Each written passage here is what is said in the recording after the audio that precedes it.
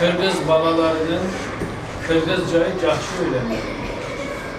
Kırgızcayı cahşi öğrenirlerse geleceğe çok iyi gençler olarak yetişir.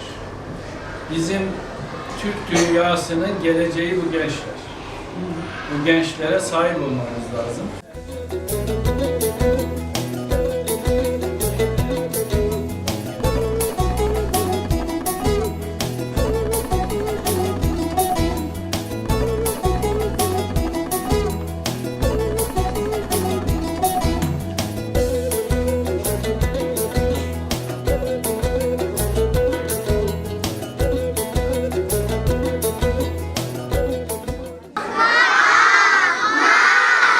Жақсы барыңыздар.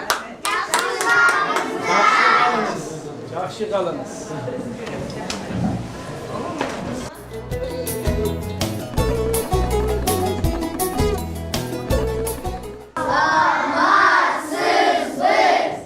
Rahmat.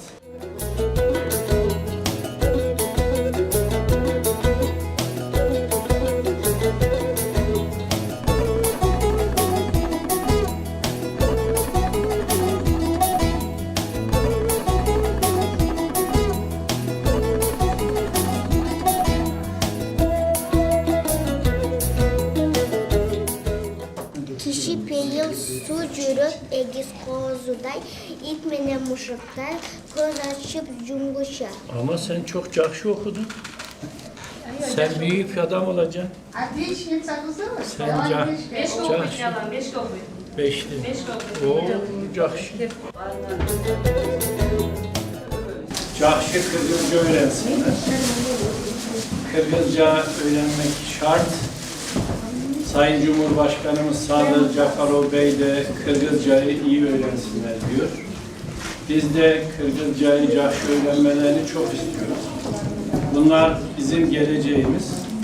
Geleceğimizi gençleri kendi öz ana dillerinde konuşması şart. En iyi şekilde öğrensinler. Daha sonra da diğer Türk lehçelerini, Türkçe, Kazakça, Özbekçeyi de öğrensinler. Çünkü gelecek 100 yıl Türk yüzyılı olacak.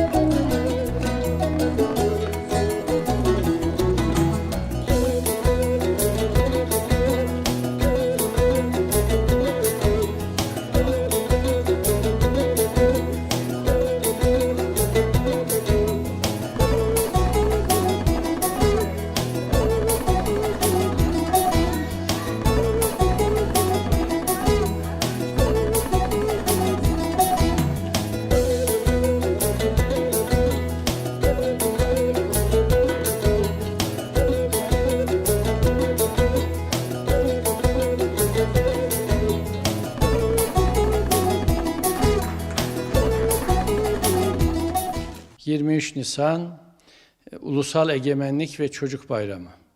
Bu bayramımızı kutluyorum. Bizim özellikle çocuk ve egemenlik sanki birbirinden çok farklı kavramlarmış gibi düşünülüyor.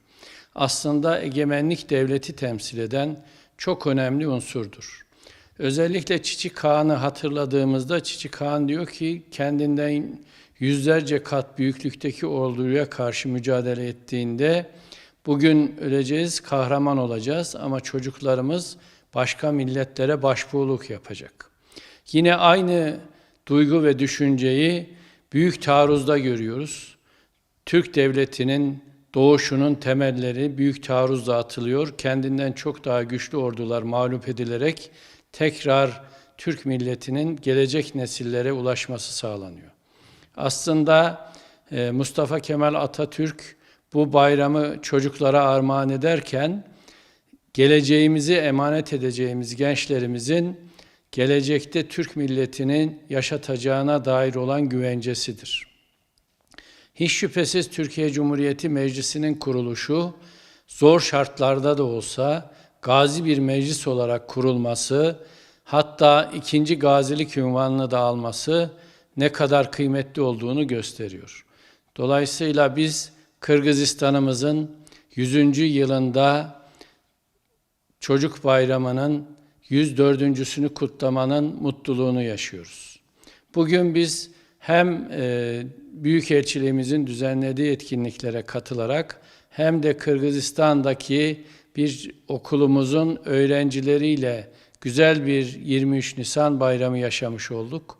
Nice 23 Nisan bayramlarına Türk milletinin çıkacağına, var olacağına ümidimiz sonsuz. 23 Nisan kutlu olsun.